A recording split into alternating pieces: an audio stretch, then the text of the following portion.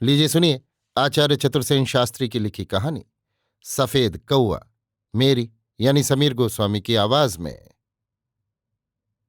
ये एक उत्कृष्ट व्यंग्य ध्वनि की कहानी है।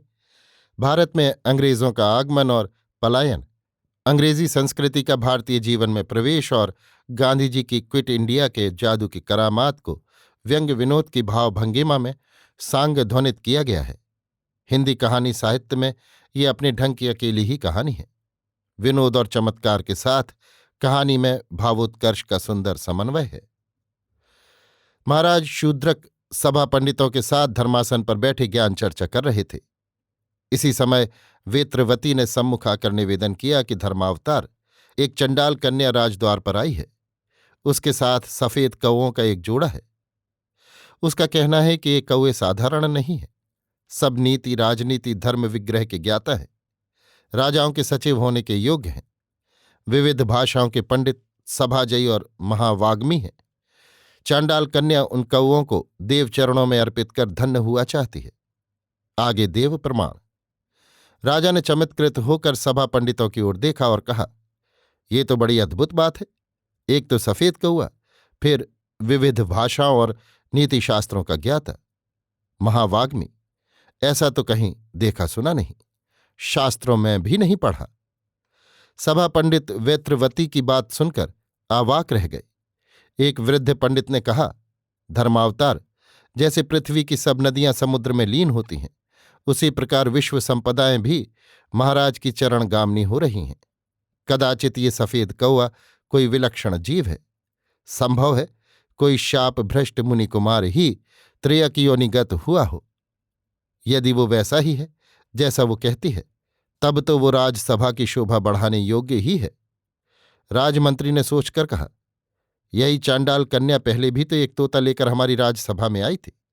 वो तोता भी सब वेद वेदांगों का ज्ञाता और विद्याओं का भंडार था। कदाचित ये सफेद कौआ भी कोई ऐसा ही जीव हो। राजा ने कहा, कदाचित ऐसा ही हो। और फिर वेत्रवती को आज्ञा दी कि वो उस चांडाल कन्या को उपस्थित करे। वेत्रवती राजा को अभिवादन कर अपने हाथ का पतला लपलपाता बेंत हवा में लीला से घुमाती हुई चली गई और थोड़ी ही देर में सुषमा की खान चांडाल कन्या ने हाथ में एक पिंजरा लेकर राजसभा में प्रवेश किया। वो पिंजरा सोने का बना हुआ था और उसमें बहुत से मूल्यवान रत्न जड़े थे। कौओं के पैरों में सोने की पैजनियां थीं। कौओं के भोजन करने की प्यालियां चीन देश की बनी हुई थीं, जो कभी मैली नहीं होती थीं। चांडाल कन्या का रूप लावण्य अद्वितीय था, जैसे नीलमणि के समूचे टुकड़े को काटकर उसकी देह बनाई गई हो। उत्फुल्ल अरविंद के समान उसके नेत्र थे। वो पुष्प भार नामित बाला, एक हाथ में बांस का टुकड़ा और दूसरे में वो पिंजरा लिए राजा के सम्मुख आई। राजा को उसने विधिवत दंडवत की और रत्नपीठ पर वो पिंजरा रखकर वीणा विनिंदित स्वर में बोली, देव, जैसे आप सब मनुष्यों में श्रेष्ठ हैं, उसी भांति संसार के सब पक्षियों में ये कौवे श्रेष्ठ हैं। महाराज, ये कौवे सुदूर कामांदोलन द्वीप में उत्पन्न हुए हैं, जहां सूर्य अपना संपूर्ण तेज प्रकट नहीं करता। वो द्वीप सप्त सागर के मध्य भाग में अत्यंत दुर्गम है। चांडाल कन्या का ये अलौकिक भाषण सुनकर राजा और राजसभा के सभी पंडित आश्चर्यचकित होकर उन कौओं को देखने लगे। ये देख कौवे ने कहा, राजन, मैं अपने देश के महाप्रतापी राजा की ओर से और अपनी ओर से भी आपका अभिनंदन करता हूं। मेरे देश के प्रतापी राजा ने मेरे द्वारा महाराज से मैत्री संपर्क स्थापित करने की याचना की है और महाराज, मैं आपके चरणों में निवास करना चाहता हूं तथा अपने देश की 7 महाविभूतियां अपने राजा की ओर से आपकी भेंट करता हूं। ये कहकर उस कौवे ने अपनी चोंच से उन चीनी की प्यालियों में से उठाकर 7 गुटिका राजा के सम्मुख धर्मासन पर रख दी। फिर उसने बद्धांजलि होकर कहा, धर्मावतार, ये सब जादू की गुटिकाएं हैं। इनका चमत्कार अलौकिक है। इन्हें पाकर आप अब पृथ्वी के सब राजाओं में सर्वश्रेष्ठ हो गए। राजा ने उन गुटिकाओं की ओर विस्मयपूर्ण दृष्टि से देखकर कहा, हे चतुर शिरोमणि सफेद कौवे, तेरी तो सभी बातें नई और निराली हैं। इन गुटिकाओं में भला क्या करामात है, सो हमसे निवेदन कर। कौवे ने नम्रतापूर्वक राजा का अभिवादन किया। महाराज, पहली गुटिका में आग, पानी और तेल के दैत्य मंत्रबद्ध हैं। ये तीनों परस्पर विरोधी हैं। अब इनके प्रताप से आप संसार में जल, थल और आकाश में वायु की गति से स्वच्छंद विचरण कर सकेंगे। आपको घोड़ा, हाथी, बैल, गधा, खच्चर किसी भी सवारी की आवश्यकता नहीं रहेगी। दूसरी गुटिका में इंद्र का वज्र मंत्रबद्ध है। महाराज, आपके देश में कभी रात्रि का अंधकार होगा ही नहीं। उज्ज्वल प्रकाश से आपके नगर द्वार प्रकाशमान रहेंगे। ये तड़ित दूत क्षण भर में संसार भर के समाचार सत्य सत्य आपको निवेदन करेगा। तीसरी गुटिका में मृत्युदूतों के साथ साक्षात यमराज विराजमान है। ये गुटिका उन्मुक्त वायु में छोड़ देने से शत्रु के नगर, देश, जन जनपद देखते ही देखते विध्वंस हो जाएंगे। इस गुटिका में विश्व को विजय करने की शक्ति है। चौथी गुटिका में माता सरस्वती का वास है। इसके प्रताप से आपको विविध विद्याओं का ज्ञान हो जाएगा। सब ज्ञान विज्ञान आपके हस्तामलक होंगे। दुर्लभ ग्रंथ सुलभ हो जाएंगे। पांचवी गुटिका में सब भूत पिशाच सिद्ध हैं। इसके प्रताप से आप हजारों मील दूर बैठे देव, दैत्य, मानव, दानव सबसे उसी प्रकार वार्तालाप कर सकेंगे जिस प्रकार आपका ये दास आपसे बात कर रहा है। छठी गुटिका में महालक्ष्मी मंत्रबद्ध हैं। इसके छूमंतर जादू से कागज के टुकड़े ही धन रत्न बन जाएंगे। लाखों करोड़ों की अक्षय संपदा बिना ही संपदा के दीख पड़ेगी। इसके परम प्रताप से स्वर्ण केवल धातु ही रह जाएगा। सातवीं गुटिका में कूटनीति के आचार्य दैत्य गुरु शुक्र, देवगुरु बृहस्पति और मानव चाणक्य की आत्माएं मंत्रबद्ध हैं। इसके प्रताप से आपकी वाणी में वो कूटरस उत्पन्न हो जाएगा कि जो कार्य रक्त की नदी बहाकर भी संपन्न नहीं हो पाते थे, अब बात की बात में ही हो जाएंगे। कौवे से ऐसी अद्भुत 7 विधियां प्राप्त कर और उनका महात्म्य सुनकर महाराज शूद्रक पुलकित हो गए। उन्होंने कहा, अरे कौवे, तू तो बड़ा ही विलक्षण जीव है। तेरी वाणी अटपटी तो अवश्य है, परंतु बात काम की करता है। मैं तुझ पर प्रसन्न हुआ। मांग क्या मांगता है? कौवे ने भूमि पर चौंच रगड़कर राजा को बारंबार साष्टांग प्रणाम किया और कहा, महाराज, अधिक लोभ से विनाश होता है और बिना सेवा स्वामी से पुरस्कार मांगने से पुण्य क्षय होता है। इसलिए मैं अल्प से ही संतुष्ट रहता हूं। बस मुझे इतना ही चाहिए कि मेरा ये पिंजरा राजद्वार में टांग दिया जाए और इस दास की राजमंत्रियों में गणना की जाए तथा मेरी सेवाओं की कद्र की जाए। राजा ने उस कौए को तुरंत राज्य का प्रधानमंत्री घोषित कर दिया और आज्ञा दी कि इसका पिंजरा सदैव राजद्वार में टंगा रहे तथा इसे राजपरिवार से दूध में भिगोकर चने की दाल नित्य खिलाई जाए। कौए ने बारंबार धरती में चौंच रगड़कर कहा, बस महाराज, बस, अधिक लालच मत दिखाइए। चने की दाल में खाने का नहीं, न राजपरिवार का भोजन स्वीकार करूंगा। मेरा कुल चांडाल पोषित है, ये हमारी कुल परंपरा है, अतः मैं चांडाल कुल के हाथ का ही भोजन करूंगा। इसके अतिरिक्त मेरा विशिष्ट भोजन भी चांडाल कुल से ही प्राप्त हो सकता है। राजा ने कौए का अनुरोध स्वीकार किया और सारे राज्य में ढिंढोरा पिटवा दिया कि आज से यही सफेद कौआ हमारा सब राजकाज देखेगा। इसी का हुक्म सबको बजाना होगा तथा आज से चांडाल कुल अस्पृश्य नहीं माना जाएगा। इतना आदेश दे महाराज शूद्रक ने धर्मासन त्यागा और अंतःपुर में जा सुख सेज पर विश्राम किया। चंवर वाहिनी ने महाराज पर चंवर डुलाया और महाराज सुख नींद में सो गए। राजा के धर्मासन त्यागते ही कौए ने चंडाल कन्या को हुक्म दिया कि हमारा पिंजरा धर्मासन पर स्थापित कर। अब आज से हम धर्मासन पर बैठकर राज्य का सब काम देखेंगे। इसके बाद सभी पंडितों की ओर देख तिरस्कार युक्त वाणी में कौआ बोला, अरे मूर्ख पंडितों, अब आज से ये हमारा अनुशासन चला। तुम्हें उचित है कि ये बड़े बड़े पगड़ की गठरियां सिर पर लाद कर हमारे सम्मुख न आओ, न धोती पहनकर न नंगे पाओ। हमारे सम्मुख पैर ऊंचे करके भी नहीं बैठने पाओगे और हमसे हमारी ही भाषा में बात करना सीखो। हमारा ज्ञान और हमारी विद्या पढ़ो। हम जैसा कहें वैसा करो, नहीं तो तुम्हारी सब जागीर जायदाद, वेतन, मुशाहरा हम जब्त कर लेंगे। सभा पंडित बड़े घबराए। वे कहने लगे, हे काक मंत्री, भला हम तुम्हारी सी बोली कैसे बोल सकते हैं? तथा हमें धोतियां तुम न पहनने दोगे तो हम निर्लज्ज नंगे कैसे राजद्वार पर आएंगे? कौवे ने कहा, मूर्खता की बातें मत करो, सीखने से सब आ जाएगा, नहीं तो भूखे मरोगे। सबको पदच्युत कर दूंगा। पहला काम तो तुम ये करो, चेहरे का घास फूस साफ करो, सफा चट करना होगा, समझे? और हमारी बोली बहुत मुश्किल नहीं, केवल टाटा करना सीख लो, वेश तुम्हारा हम ठीक कर देंगे। सारे सभा पंडित टाटा करते हुए अपने अपने घर गए और दूसरे दिन सब क्लीन शेव किए, कोट पैंट पहन, टाई फर्राते, बूट मचमचाते, फकाफक सिगरेट का धुआं उड़ाते हुए दरबार में पहुंचकर बोले, हे काक मंत्री, टाटा अर्थात सब ठीक ठाक है ना? सब तुम्हारी पसंद है ना? काक ने कहा, टाटा ठीक है, ठीक है, शेष सब शीघ्र ही ठीक हो जाएगा। एक पंडित ने हाथ जोड़कर कहा, हे काक मंत्री, इस पोशाक में हमें एक बड़ा कष्ट है, हम लघुशंका को बैठ नहीं पाते हैं।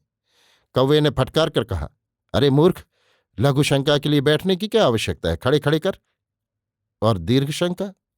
कौवे ने एक कागज का टुकड़ा देकर कहा, दीर्घशंका के बाद इस कागज से पहुंच। खबरदार अंग विशेष पर जल का स्पर्श न करना, नहीं तो मेरे अन्नदाता चांडाल कुल को कष्ट होगा। महाराज ने राजसभा में आकर देखा, वहां का सब नक्शा ही बदला हुआ है। सभा पंडितों को नए वेश में फकाफक सिगरेट का धुआं उड़ाते तथा सफाचट दाढ़ी मूछे मुड़ाए देख महाराज चकरा गए।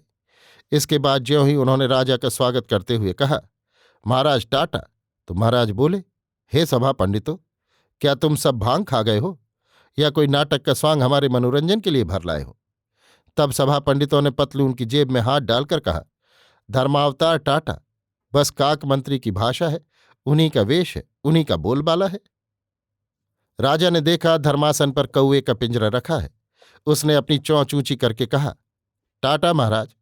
महाराज ने हंसते हंसते कहा, टाटा टाटा, भाई वाह, ये टाटा भी खूब भाषा रही, टाटा। अब कौवा भी बारंबार टाटा करने लगा और सभा पंडितों ने भी टाटा का समा बांध दिया। अंत में राजा ने कहा, हे चतुर चूड़ामणि काक, अब कहो, तुम्हारी प्रसन्नता के लिए हम क्या करें? कौवे ने एक सेफ्टी रेजर और ब्लेड तथा शेविंग केक देकर कहा, पहले आप शेव कर चेहरे के इस जंगल को साफ कीजिए, फिर सभा पंडितों के जैसी पोशाक धारण कीजिए। राजा ने झट शेव कर सभा पंडितों की सहायता से बूट कसे, पतलून पहनी, टाई बांधी, हैट लगाए और कौवे की ओर देखकर कहा, टाटा काकराज। कौवे ने चोंच ऊपर कर कहा, टाटा महाराज। राजा ने कहा, अच्छा ये तो हुआ, अब मैं बैठूं कहाँ? धर्मासन पर तो तुम बैठ गए। कौवे ने कहा, महाराज, जब ये सेवक अब सब राजकाज देखने को बैठ ही गया, तो अब आप श्रीमानों को धर्मासन के झंझटों में सिरदर्द मोल लेने की क्या आवश्यकता है? आप अंतःपुर में पधार कर भोग विलास से जीवन धन्य कीजिए तथा ये मेरे देश का मधु है, मधुपान करके आनंद के सागर में डुबकियां लगाइए। ये कहकर कौवे ने एक बोतल बढ़िया शैंपेन शराब राजा को देकर कहा, टाटा महाराज। बात राजा के मन को भा गई। उसने कहा, टाटा काक मंत्री, तो मैं अब चला। राजा हंसते हुए अंतःपुर में चले गए। सभा पंडितों ने कहा, तो काकराज हम क्या करें? राजसभा का काम कैसे चलेगा? जैसे चलेगा वैसे हम चलाएंगे, तुम सब केवल टाटा कहो और डांस करो। सभा पंडितों ने हाथ जोड़कर कहा, हे काक मंत्री, डांस करना तो हम जानते नहीं, बाप दादों ने हमें सिखाया नहीं। अरे मूर्खो, हमारा मेम साहब तुम्हें डांस सिखाएगा। ये कहकर कौवे ने अपनी जोड़ीदार मादा से कहा, डार्लिंग, इन जानवरों को जरा डांस तो सिखाओ। बस काक मैडम नपे तुले कदम रखती, इतराती, इठलाती, बल खाती, कमर हिलाती, चोंच घुमाती पिंजरे से बाहर आ सभा पंडितों के चारों ओर घूम घूम कर टाटा करने लगी। उस काक वधू को इस तरह मटकते देखकर सभा पंडितों के मुंह में पानी भर आया। उनमें जवानी का ज्वार उमड़ आया। वे भी उसकी देखा देखी लगे कूल्हे मटकाने और मुंह बंद कर टाटा करने। काकराज ताल देने के लिए बीच बीच में पौं कर अपना वायु छोड़ने लगे। काक वधू काक मंत्री का उत्साहवर्धन करने के लिए किलकारी भरने लगी। सभा पंडितों ने खूब डांस किया। काक मंत्री ने सबको एक एक प्याला अपने देश का मधुपान कराया। उस दिन बहुत रात तक ये राजकाज होता रहा। अंत में सब कोई टाटा करके विदा हुए। महाराज अंतःपुर पहुंचे तो राजमहिषी उनका सफाचट चिकना चुपड़ा बुढ़ापे से पिचका हुआ पीला मुख देखकर अवाक रह गईं। राजरानियां, दासियां, चेटियां, कंचुकी, वेत्रवती सब मुंह आंचल से ढांप हंसने लगीं। महाराज पतलून की जेबों में हाथ डाले, सिगरेट पीते, खांसते हंसते अंतःपुर में इधर उधर घूमने लगे। राजमहिषी ने कहा, देव, ये क्या हुआ? किस प्रिय का मरण समाचार मिला? ये मुंडन कैसे हुआ? राजा ने कहा, हे रानी टाटा और सब दासियों टाटा। ये मरण समाचार का मुंडन नहीं है, काक मंत्री का प्रसाद है। किंतु महाराज के मुंह में आग लगी है। अरे चेटियों जल जल। महिषी ने महाराज के मुंह से सिगरेट का धुआं निकलते देख घबराकर कहा।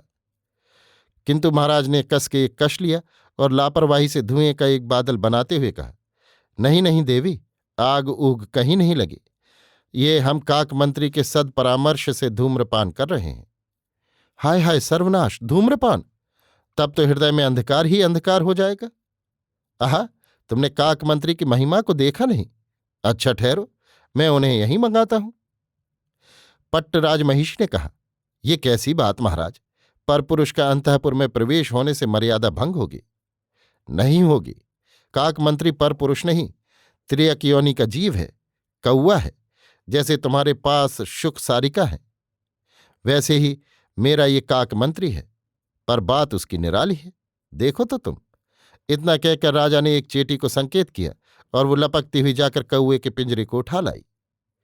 अंतःपुर में आते ही कौओं की जोड़ी ने चोंच रगड़ रगड़ कर कहा, टाटा महारानी, टाटा महाराज। राजदासियों ने दोहराया, टाटा महाराज, टाटा काकराज। महाराज ने महिषी से कहा, कहो कहो, सब कोई कहो, टाटा टाटा। हैं, ये टाटा क्या, इसके क्या अर्थ? अर्थ कुछ नहीं, ये काक भाषा है, सभ्य भाषा, बस यही अर्थ है। महारानी तथा अंतःपुर की सब महिलाएं, चेटियां हंसती हुई बोली, टाटा। कौवे ने कहा, धर्मावतार, अंतःपुर का ये अवरोध तो सर्वथा अवांछनीय, एकदम एटिकेट के विपरीत है। इसमें उन्मुक्त बाहरी हवा का प्रवेश कहाँ है?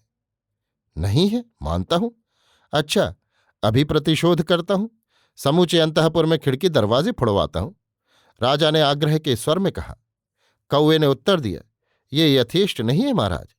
समूचे अंतःपुर को ढा दीजिए और महारानी तथा महिलाओं को उन्मुक्त वायु में स्वच्छंद विचरण करने दीजिए। अरे नहीं काकराज, ऐसा करना बहुत खतरनाक होगा। स्त्रियां स्वच्छंद विचरण करने लगेंगी तो हमारे वश की न रहेंगी, भाग जाएंगी। नहीं भागेंगी महाराज, इन्हें ये जूता पहना दीजिए, बस काफी है।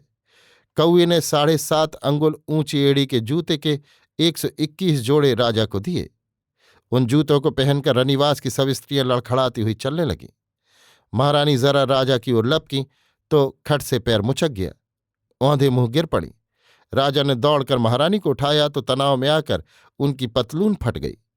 काक मंत्री ने ये देखा तो अधीर होकर कहा, नॉनसेंस महाराज, नॉनसेंस नॉनसेंस।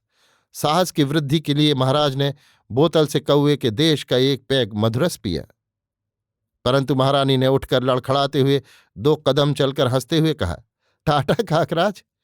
महाराज ने फटी हुई पतलून पर हथेलियां रखकर कहा, टाटा काक मंत्री।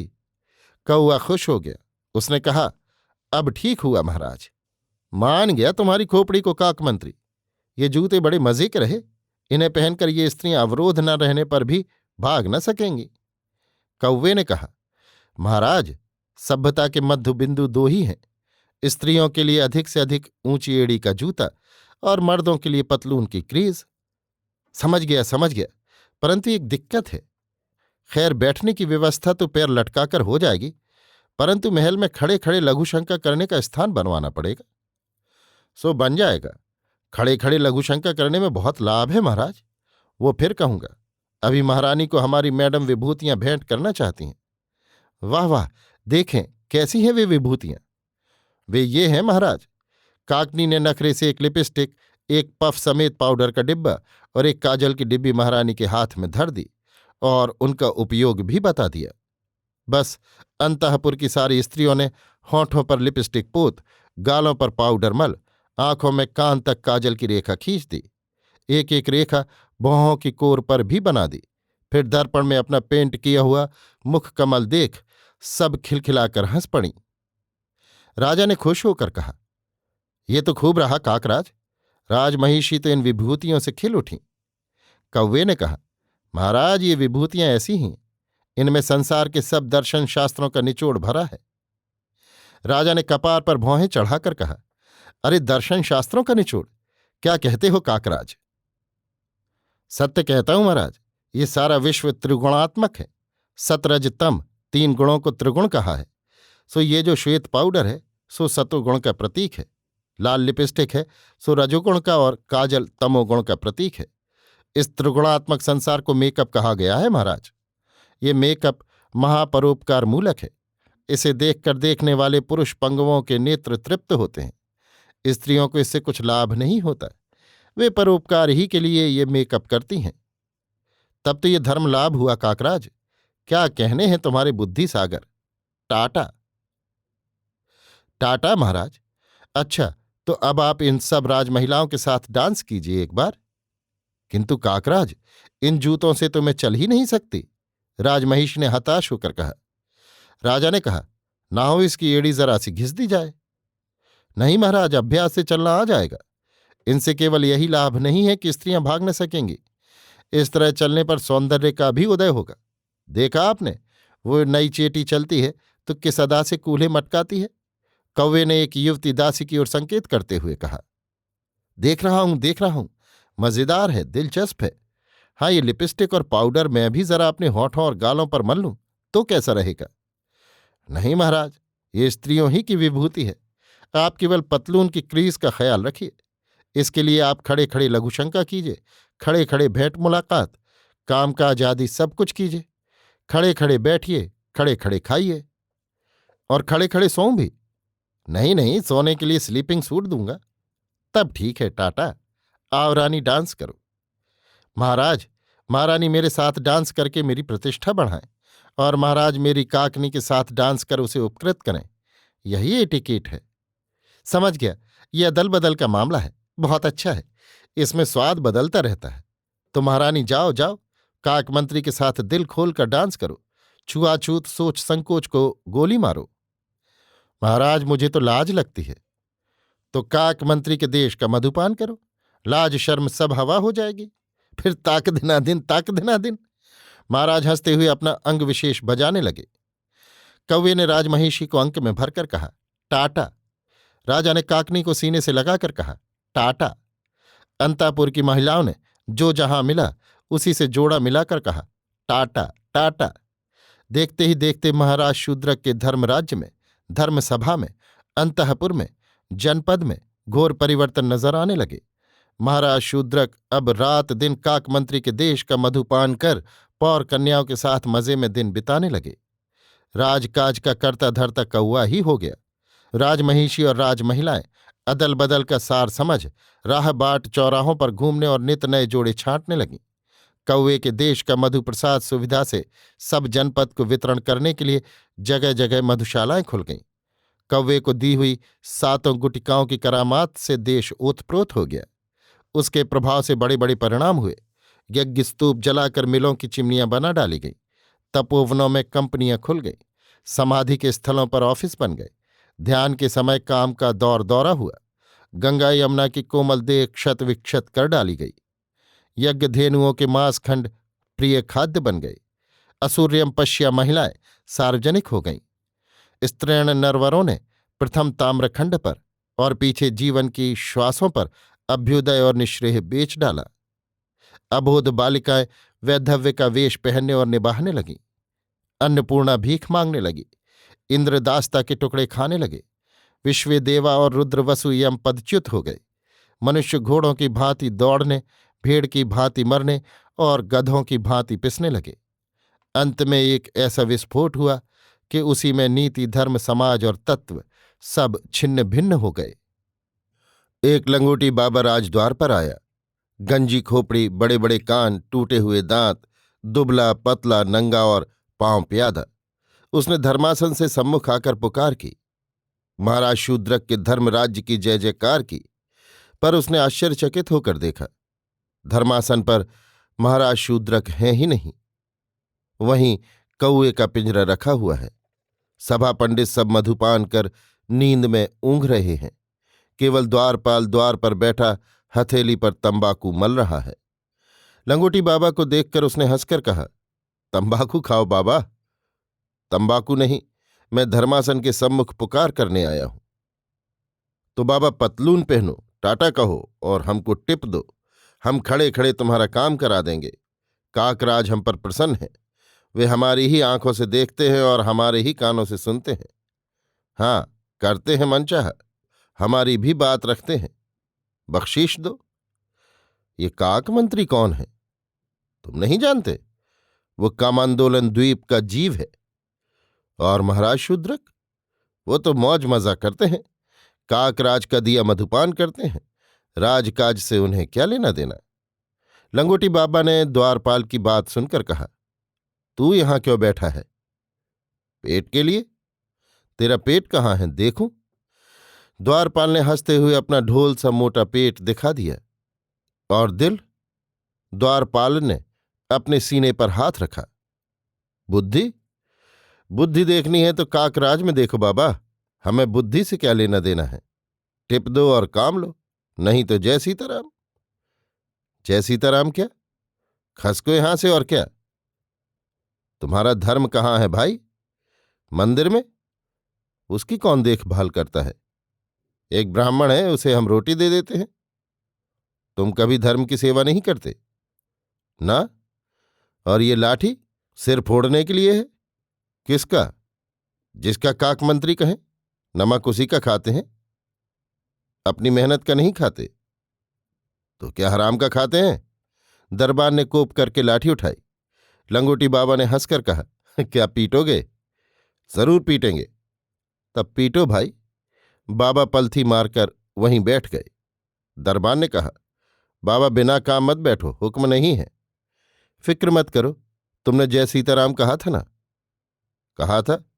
सीताराम को जानते हो? जानता हूं।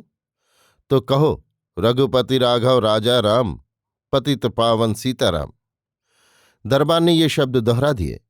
बाबा ने कहा, यों नहीं भाई, आंखें बंद करके हृदय के द्वार खोलकर भक्तिपूर्वक कहो। दरबार ने वैसा ही किया। दर्शन हुए? किनके?